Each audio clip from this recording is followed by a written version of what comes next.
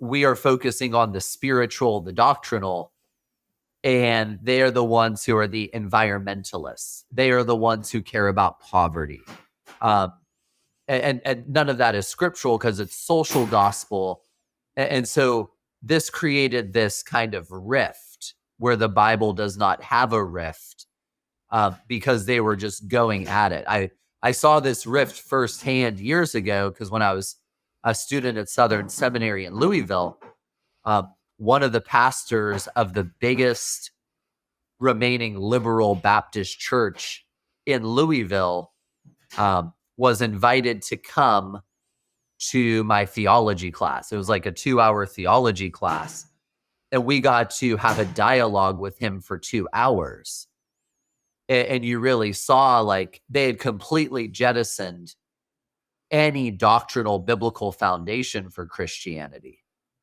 Christianity is not what you believe, but it's, do you love your neighbor? Mm-hmm. And well, loving your neighbor just happens to mean whatever really you want it to mean at this point, because there is no Bible to constrain it, because any verse in the Bible other than love your neighbor that we think isn't loving your neighbor, well, Jesus clearly couldn't have said that. Right. So you have this, Piercy's good at pointing out, that the inversion of male, female views and roles in the 1800s. Another great place you see this is books. Books written in the mid and early 1800s about like family are almost exclusively addressed to men. Okay. And by the late, 1920s, 1930s, books are almost exclusively addressed to women. Family books. Yeah, family books. So you couple all this as well with the Industrial Revolution, and you've eroded almost every foundational pillar of what a household is biblically.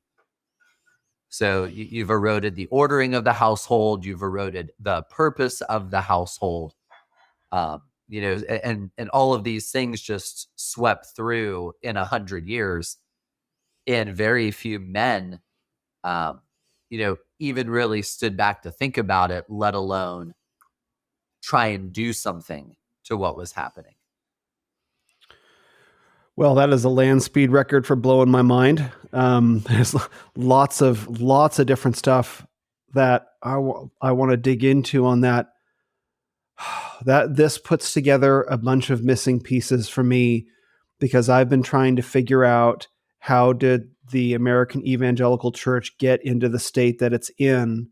And Piercy's historical analysis of the 1800s was a big piece that I didn't know when I read her book. And I've been trying to figure out what happened in the 20th century. And somehow feminism alone didn't seem like a sufficient explanation, that somehow in the 1960s, even though it's been, 60 years since then, or even you can wind it back to the 50s, somehow just that explanation alone didn't seem enough. It seemed like the infiltration and the corruption must have happened before then. And it sounds like that was the case. And the battle was already happening in the 1960s.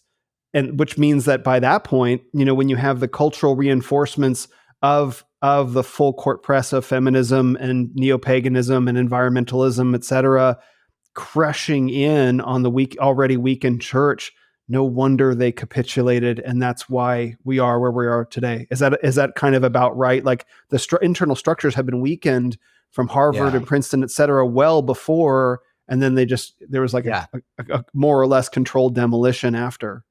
Yeah. You no longer had, you had wolves guarding the sheep instead of shepherds driving out the wolves. And then, if I'm going to hit on just one more aspect of this for you to eventually chew on. The other thing that got poured over all of these changes was novel eschatology. So then you add to all of this, the whole world's going to be burned up anyway, and Jesus is coming back a week from Tuesday. Yeah. So it doesn't matter if I weigh 350 pounds and Let's all go. these other things.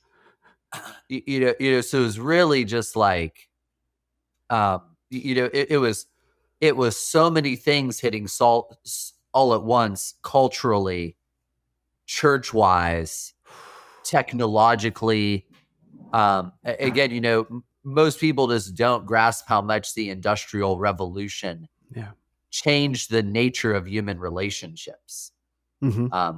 Like you and I probably travel more in a couple weeks than 90% of people would have traveled in an entire year 100 years ago. Yeah. Um, and so all of these, again, all of these glues or mortars for the bricks that held church and society and family together, they're all just like wiped away so rapidly. And this is one reason, because I always say it's like transgenderism is a terrible evil, but it's the same train we boarded in the 1800s. A logical It's conclusion. not a new train. It's just the same train still barreling down the track, and most people want to go back. Well, they want the 1980 version of that train, or they want the 1950 version of that train. I'm like, I want a completely new train. Yeah. I don't want to be on this train at all. Yes. That's the thing that a lot of people struggle with is, oh, can we just rewind the clock to like the 1980s? It's like, no, it was done in the 80s, right? That was when I grew up. And Yeah. one of the things I've had to do lately, there are actually, and I've talked about this a number of times, there are videos on YouTube, compilations of 1980s commercials, right? Yeah. Just like one after another. And these were the commercials that I grew up with that were playing on TV. So I watched them and I was like, I remember all the nostalgia, like, oh man, parts of my brain activating I haven't thought about in years. But then I looked at it, I'm like, what's going on here? It's this rampant, mindless, thoughtless, cheap Chinese crap consumerism. The battle was lost by then, right? As we're all being glutted on fiat food and fiat stuff and the money printer. It's like, I don't want to go back to the 80s. So, but about the 50s. Yeah. No, when you look at like Playboy was 1953, Marilyn Monroe, Elvis, the Beat Poets, Kerouac, Kinsey, it was over in the 50s, right? No matter how far back you go until decades before the Industrial Revolution, probably even before the Civil War, if we want to go there. Well, and interestingly, beating back some of these currents, I've been reading Carlson's book on family cycles in America, covering basically 400 years of household and family history cycles in American history.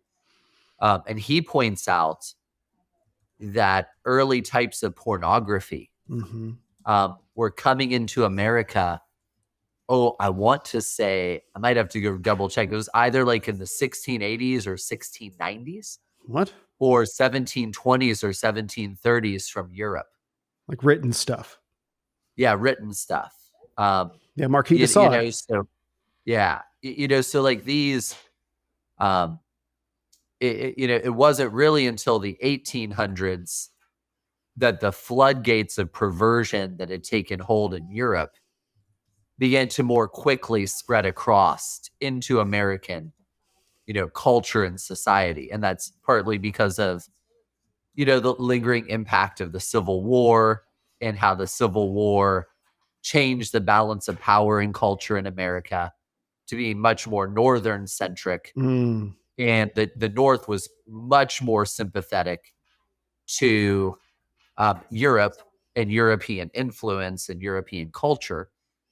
The great trading centers of the North were completely dependent upon making money by extracting value from the rest of the country and trading it with Europe.